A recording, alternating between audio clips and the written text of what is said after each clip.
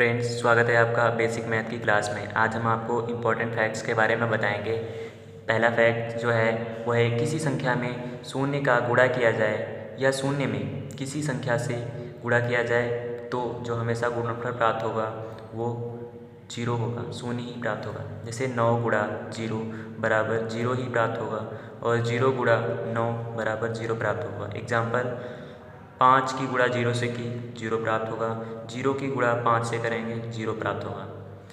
8 की गुणा 0 से करेंगे 0 प्राप्त होगा, 0 की गुणा 8 से करेंगे 0 ही प्राप्त करेंगे होगा और 0 की गुणा 0 से करेंगे फिर भी 0 ही प्राप्त होगा। ये भी ध्यान रखना। दूसरा फैक्ट है जो शून्य में किसी संख्या से भाग दिया जाए तो जो भागफल प्राप्त होता है वो शून्य होता है। शून्य में ध्यान देना, शून्य में जब हम किसी संख्या से भाग देते हैं तब जो भागफल प्राप्त होगा वो शून्य होगा। जैसे 0 को हमने 8 से भाग दिया तो 0 प्राप्त होगा। एग्जाम्पल है, 0 को हमने 6 से भाग दिया 0 प्राप्त हुआ, 0 को हमने 20 से भाग दिया 0 प्राप्त होगा, 0 को हमने 9 से भाग दिया 0 ही प्राप्त होगा। 0 को अगर 0 से हम 200 को भाग देंगे फिर भी 0 ही प्राप्त होगा। ये ध्यान देना आप। तीसरा जो फैक्ट्स है हमारा है किसी संख्या को शून्य से भाग दिया जाए। अब किसी संख्या को शून्य से भाग दिया जाए तो जो भागफल प्राप्त होता है वो अनंत होता है। जैसे 9 को हमने 0 से भाग दिया अनंत, इनफाइनाइट, इसे इनफाइनाइट बोलते हैं और अनंत अनंत भी बोलते हैं हिंदी में, ठीक है। 8 को हमने 0 से भाग दिया अनंत प्राप्त होगा।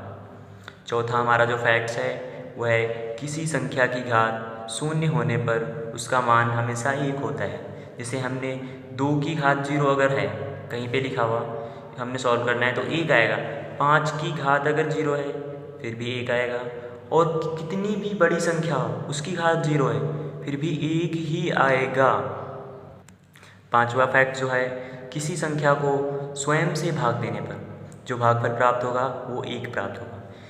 स्वयं से, स्वयं मतलब उसी संख्या को उसी संख्या से भाग देंगे तो 1 प्राप्त होता है। 5 को 5 से भाग दिया 1 प्राप्त हुआ, 10 को 10 से भाग दिया 1 प्राप्त हुआ। 245 बड़ी संख्या है, इसको भी उसी से भाग देंगे फिर भी 1 ही होगा।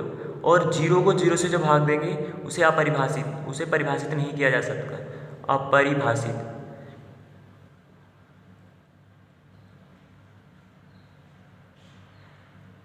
नॉट डिफाइंड इसे इंग्लिश में बोलते हैं। अब हम आते हैं जोड़ और घटाना के इम्पोर्टेंट फैक्ट्स के बारे में। जो पहला है धनात्मक सदैव आपस में जुड़ती हैं और प्लस का चिन्ह लगता है। धनात्मक संख्या जो होती है जैसे +2 +3, जिसके आगे कोई संख्या है जैसे कोई निशान वो चिन्ह नहीं लगा हुआ है तो 5 उसके मतलब वो प्लस माना जाता है, ठीक है। ये भी ध्यान देना। तो 2 + 3 5, ये भी प्लस का, प्लस आगे लगाया नहीं जाता है किसी संख्या में, ये ध्यान देना। किसी संख्या से पहले कोई भी चिन्ह ना होने पर प्लस चिन्ह माना जाता है, ये लिखा हुआ भी है हमने, ठीक है। जैसे यहाँ पे 2 लिखा हुआ तो इसके आगे प्लस माना जाएगा, ठीक है। ये हमने लिखने के बताया है लेकिन ऐसे लिखा नहीं जाता है, ठीक है।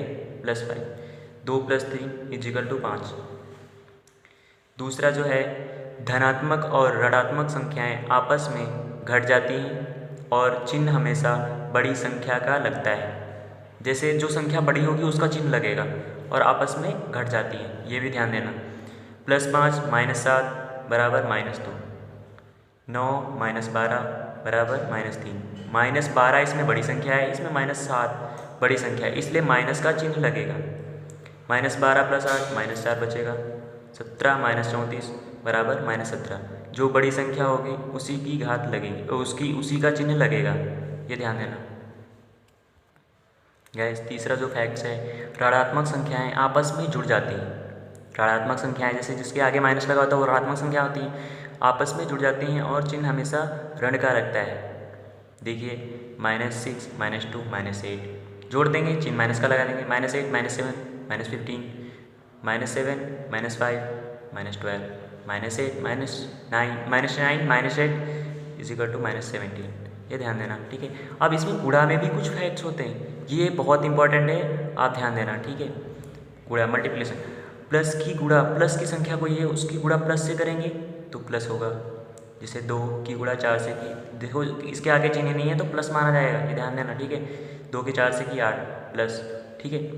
प्लस की गुणा अगर माइनस से की तो माइनस, जैसे 5 की गुणा -4 से की -20, माइनस की गुणा प्लस से की, फिर भी माइनस आएगा। माइनस की गुणा माइनस से की, प्लस आएगा। देखो यहाँ से माइनस माइनस कैंसिल हो जाता है, ठीक है। 2 दुनिया 2 की 3 से गुणा करेंगे 6 आ जाएगा, ठीक है। ये एक और बात है कि दो समान चिन्हों का जो गुणनफल होता है वो धनात्मक होता है, और दो विपरीत चिन्हों का गुणनफल हमेशा जो होता है वो ऋणात्मक होता है, ये आप ध्यान दीजिएगा। और माइनस का गुणा सम बार हो तो चिन्ह प्लस का लगता है, और अगर माइनस का गुणा विषम बार है तो चिन्ह माइनस का लगता है। ये बहुत इंपॉर्टेंट चीज़ है। इसका एग्जाम्पल जैसे इस प्रकार दिया हुआ है कि पहला एग्जाम्पल देखो, 2 गुणा -3 गुणा -4 गुणा 4 गुणा -2 गुणा -3। अब हमें इसमें क्या करना है, हम गुणा तो कर देंगे सबकी, लेकिन ये पहचानने में हमें गलती होती है कि माइनस का चिन्ह होगा या प्लस का। तो हम इसे में माइनस काउंट करेंगे कितनी बार है, 1 2 3 बार है, मतलब विषम, तो माइनस का चिन्ह लगेगा। इसमें देखते हैं 3 गुणा 2 -3 गुणा -2 गुणा -4 गुणा -5। ये देखो 1 2 3 4 4 बार चार सम होता है, इसलिए प्लस का चिन्ह लगाया नहीं जाता, संख्या लिखनी थी पूरी, ठीक है। एक और बात ध्यान देना, जैसे आप बोलोगे माइनस माइनस लगा हुआ तो विषम बात, देखो -5 गुणा -2 गुणा -1 -10 ही होगा, क्योंकि इसमें 1 2 3 बार माइनस की गुणा हुई है, तो विषम बार, इसलिए -10। और ये ध्यान देना, ये एग्ज़ाम में बहुत मतलब हमें वो डिफ़िकल्टी होती है कि कर नहीं पाते, ये ध्यान देना, इसे अच्छे तरीके से पढ़ना, ठीक है। अब आता है भाग, डिवीज़न। यदि अंश व हर के चिन्ह समान हैं तो धनात्मक मान प्राप्त होगा, और यदि अंश और हर के मान असमान हैं तो ऋणात्मक प्राप्त होगा। समान मतलब दोनों अगर धन है या दोनों ऋण है तो धन प्राप्त होगा, और एक ऋण है एक धन है तो ऋण प्राप्त होगा। जैसे एग्जाम्पल देखते हैं, प्लस का भाग हमने प्लस संख्या का भाग हमने प्लस में दिया तो प्लस आंसर आएगा प्लस में।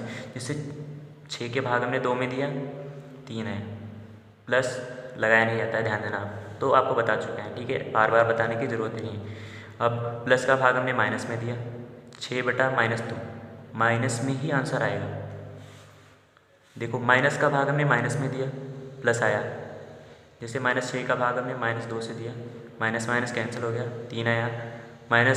माइनस से प्लस का भाग दिया, माइनस आया, -6/2 बराबर -3, ये होता है। देखिए -6/2 -6/2 6/-2 और -6/2 सबका मान -3 ही आएगा, क्योंकि इसमें एक प्लस है और एक माइनस है। जहाँ प्लस लिखाना चाहता है आप ध्यान देना, ठीक है। तो अगर आपको वीडियो अच्छी लगी है तो आप चैनल को, अगर ऐसी वीडियो आप चाहते हैं तो चैनल को सब्सक्राइब करें और लाइक भी करें। धन्यवाद।